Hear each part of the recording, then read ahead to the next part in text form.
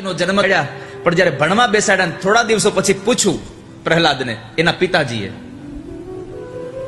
કે બેટા તું ભણ્યો એમાં તને સારું શું લાગ્યું? આ આટલી અમથી નાની વાત આપણને ઉપદેશ કરે છે કે રાક્ષસ જેવો રાક્ષસ પોતાના બાળકોને ભણવામાં શું આવે એની જો કાળજી રાખતો તો આપણે આપણા બાળકોને શું ભણાવવામાં આવે છે એની કાળજી રાખવી પડશે.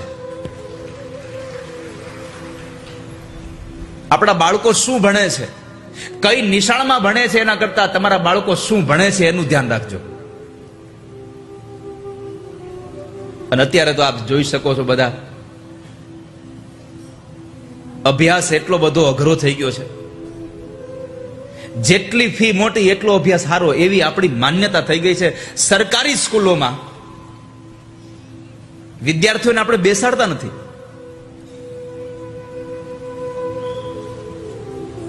કદાચ હું જોઉં છું ત્યાં સુધીમાં અહીંયા લગભગ 70% લોકો એવા છે કે જે સરકારીમાં જ ભણીને મોટા થયા છે. અહીંયા મને દેખાય છે બધા.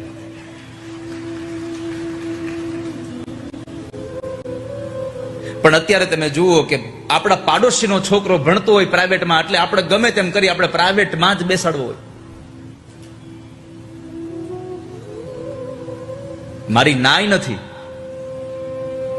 પણ મોંઘી ફી આપીને પણ તમારા સંતાનને શું પ્રાપ્ત થાય છે જરા જુઓ. અને અત્યારે તો સમય આવ્યો છે, છોકરાને કંઈ કહેવાતું જ નથી સ્કૂલોમાં. છોકરાને કાંઈ કીધું હોય તો છોકરા કરતા વધારે ઉપાડો તો એના મા બાપ લે છે.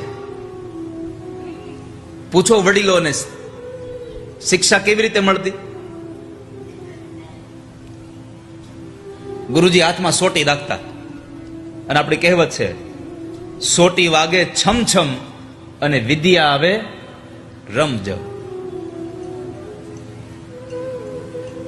અત્યારના શિક્ષકો વિદ્યાર્થીઓને કઈ કહી નથી શકતા.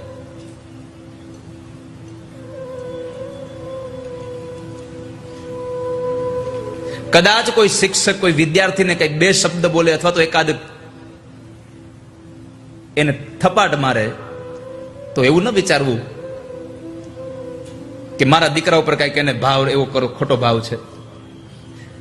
શિક્ષકને બધા જ વિદ્યાર્થીઓ સરખા હોય. મારી મા બાપને બધા જ બાળકોના માવતરને વાલીઓને મારી પ્રાર્થના છે કે આવી નાની નાની વાતોમાં ખોટા ખોટા મોટા મોટા બધા જ ઝઘડાઓ ઉભા ન કરશો, મોટી મોટી વાતો ઉભી ન કરશો.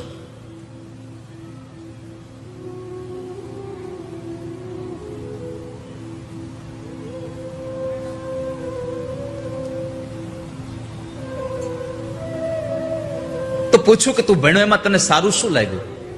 પ્રહલાદે કીધું પિતાજી આ સંસાર અંધારા કુવા જેવો છે, એમાં પડીને મરી જવું એના કરતા મારા ઠાકોરજીને ભજી લેવાય, મારા નારાયણને ભજી લેવાય.